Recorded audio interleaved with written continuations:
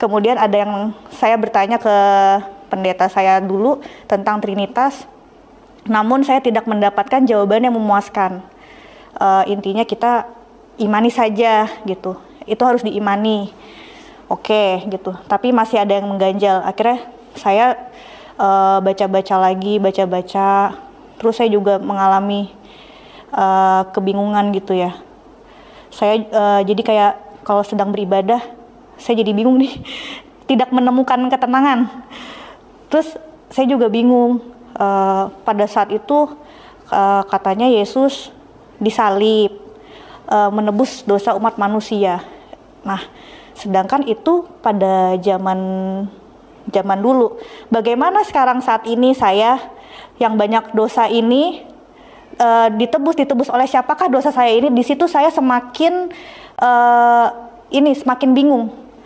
Akhirnya saya mempelajari agama Islam dari teman saya, mencari berbagai sumber macam-macam. Itu saya belajar Islam diam-diam. Sembari saya belajar diam-diam itu, saya juga sambil bertanya kepada pendeta pertanyaan. Cuman saya lebih tidak menemukan jawabannya di agama saya yang lama. Sedangkan kalau di Islam saya selalu menemukan jawabannya, entah itu di Al-Quran atau di buku-buku seperti bukunya almarhum Insan Moko Ginta. Saya juga pernah membaca. Itu saya menemukan banyak sekali jawaban yang bisa saya terima gitu. Akhirnya saya mengucapkan syahadat diam-diam. Pertama saya mengucapkan syahadat diam-diam. Kemudian saya konsultasi kepada guru ngaji saya. Ini gimana ya, saya itu masih di agama yang lama, saya tidak berani untuk berbicara kepada keluarga saya. Nah, kemudian saya masih dibilang, ya udah nggak apa-apa, pergi aja ke tempat ibadah tersebut, tapi jangan diimani gitu. Maksudnya ya udah, cuman sekedar untuk menghormati orang tua. Akhirnya udah. Tapi saya mikir, saya mau sampai kapan seperti ini? Diam-diam pergi ke tempat ibadah yang lain, sedangkan hati saya sebenarnya udah di agama Islam, sudah mengucapkan kalimat syahadat. Akhirnya saya memberanikan diri, walaupun saya kayak takut kan, nanti kalau saya pergi dari rumah gimana gitu. Akhirnya saya memberanikan diri aja, pasti ada jalan lah gitu kan, masa iya saya dibiarkan begitu saja gitu. Akhirnya saya memberanikan diri menulis surat meminta maaf kepada orang tua saya. Maaf, saya tidak bisa berada di agama papa lagi. Saya sudah meyakini agama saya sekarang. Kemudian ya udah, surat itu saya tinggalkan begitu saja di meja ruang tamu karena saya takut dimarahin. Kemudian saya pergi hanya berbekal uang 600.000. Berbekal uang 600.000, saya bingung, ini saya hidup gimana? Akhirnya saya cari kosan di dekat rumah orang tua saya juga sebenarnya. Saya cari kosan di situ, kosan harganya 300.000 atau 400.000 gitu, saya lupa. Pokoknya uang saya tinggal sisa sedikit sekali. Sampai 2 hari ayah saya tidak mencari saya, 3 hari tidak dicari, karena memang saya sering nginep di rumah teman. Kemudian akhirnya dicari, di mana gitu kan, kamu di mana gitu. Saya bilang ada gitu. Sepertinya orang tua saya belum membaca itu surat gitu kan.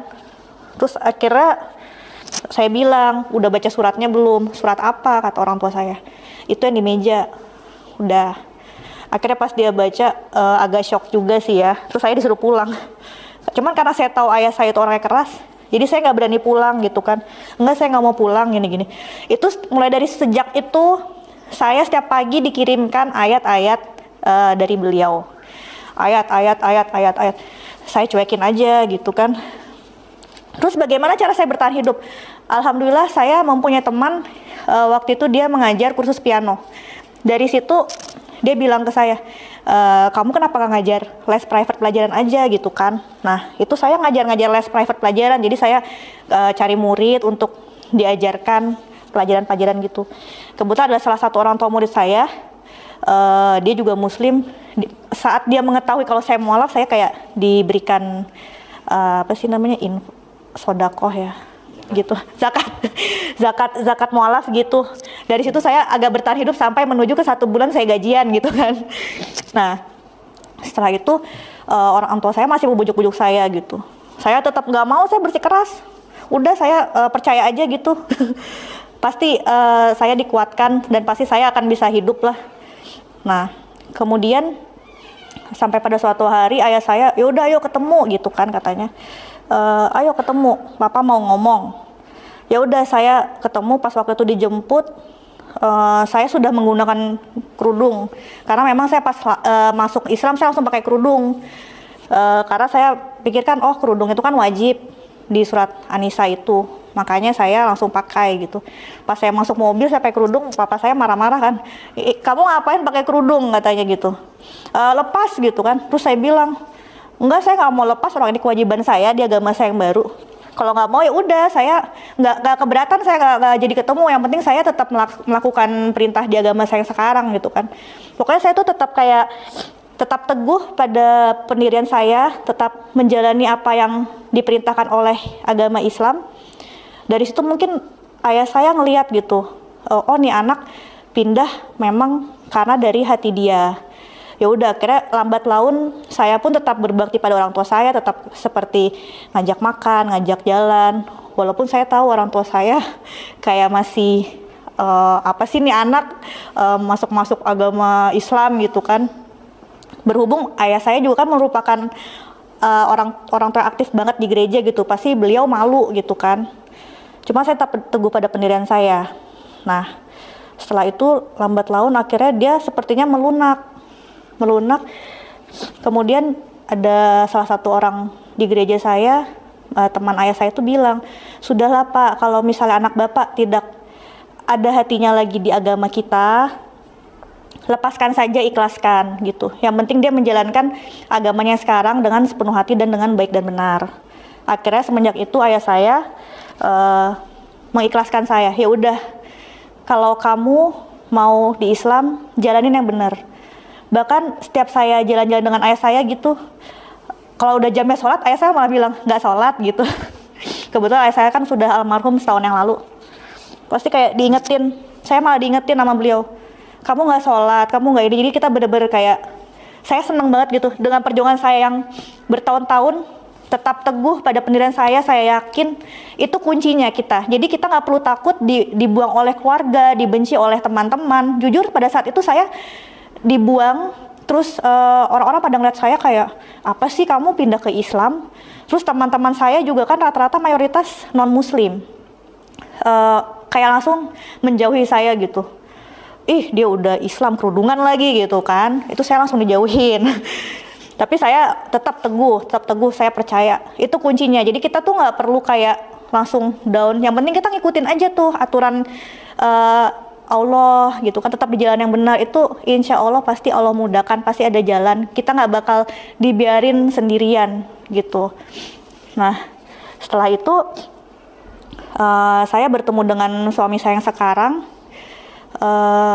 Lambat laun saya banyak belajar juga dari suami saya dan dari keluarga suami saya. Saya banyak mempelajari agama, banyak mengikuti kajian-kajian juga, kemudian belajar Al-Quran, sampai pada akhirnya di bulan Juni kemarin itu mertua saya sering ikut kajian Umi Irena di Masjid Pondok Indah melalui Zoom.